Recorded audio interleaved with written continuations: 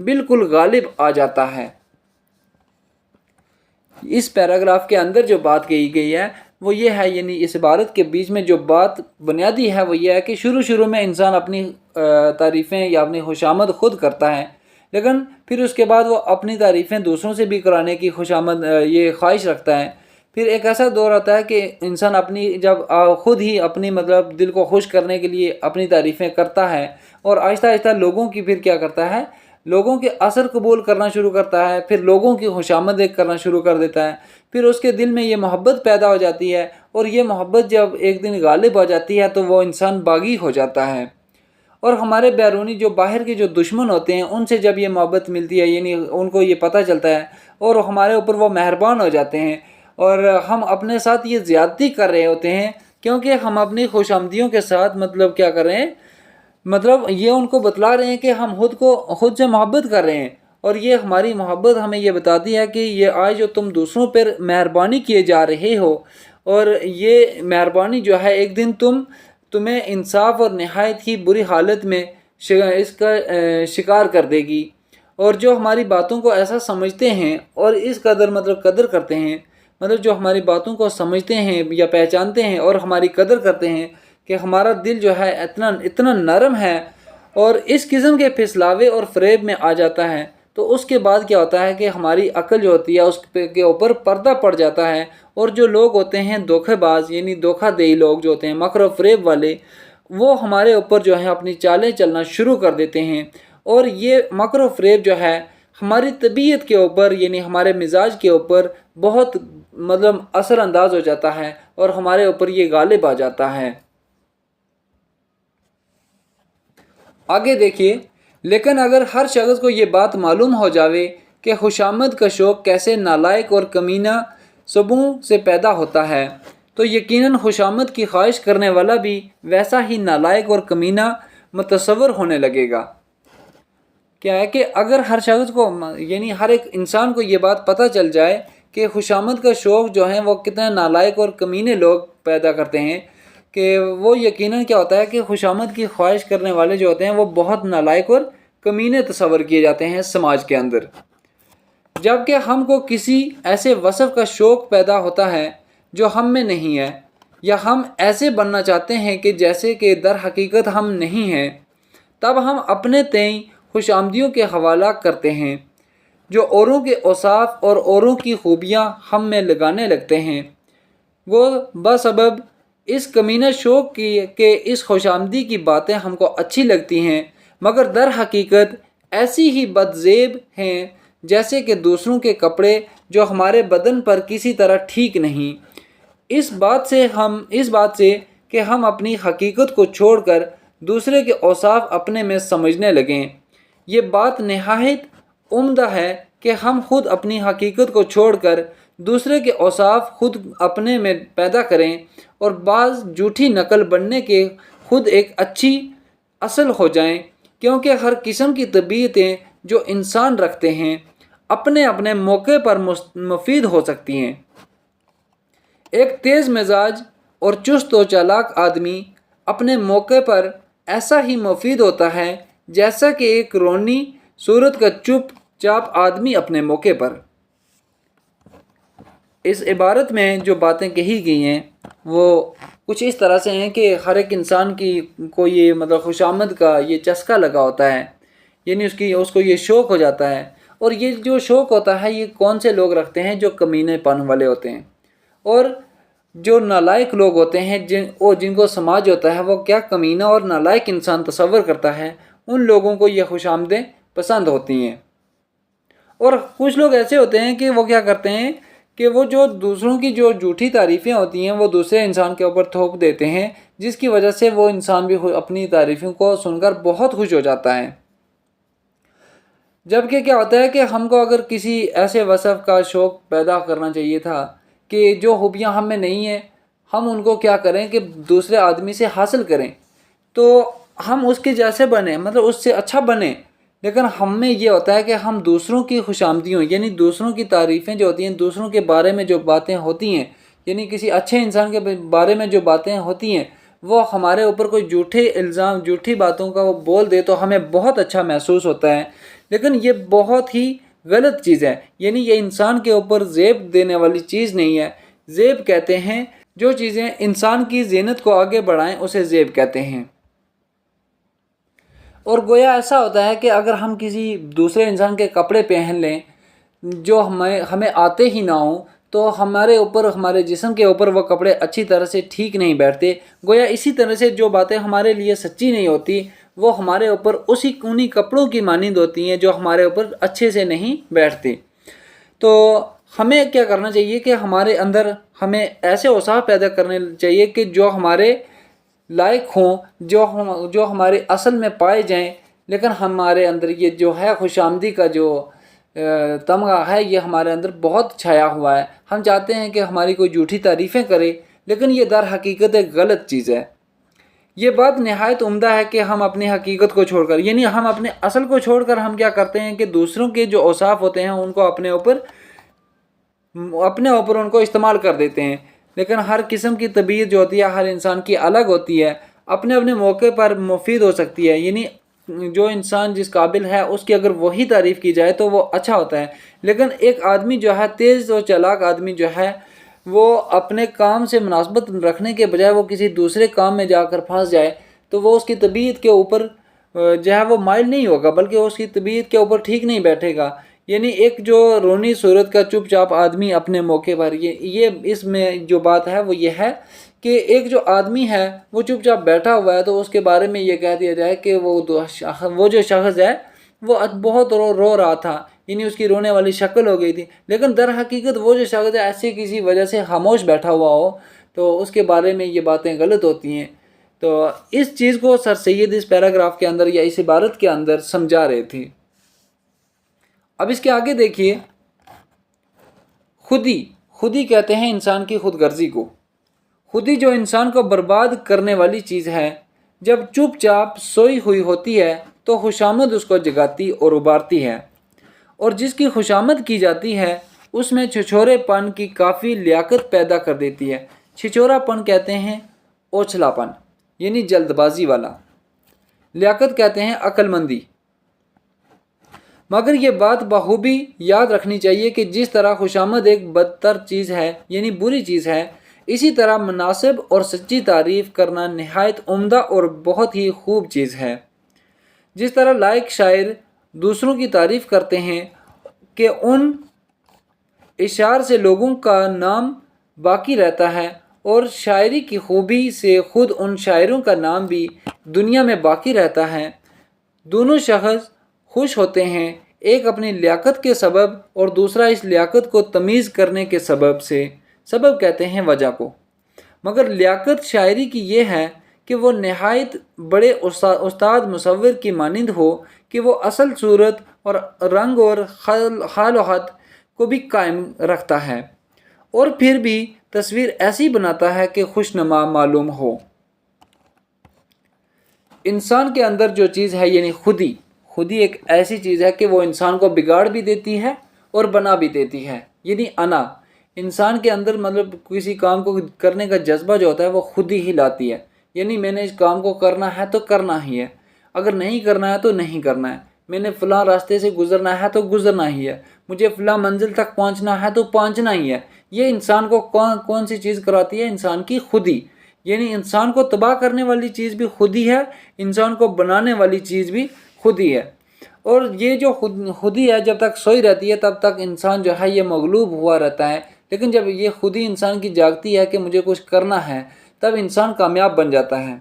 لیکن یہ کبھی کبھار اس انداز سے جاگتی ہے کہ یہ خودی جو ہے اپنے آپ کو مطلب خوش آمد کے ذریعے جگاتی ہے۔ یعنی جب کوئی اس کی جھوٹی تعریفیں کرتا ہے تو اس انسان کی جو ہے خودی جاگ جاتی ہے۔ یعنی ایک ایسے انسان کی ہم تعریف کرنا شروع کر دیں کہ جس کے اندر وہ خصائل، وہ خصلتیں، وہ خوبیاں پائی نہ جائیں،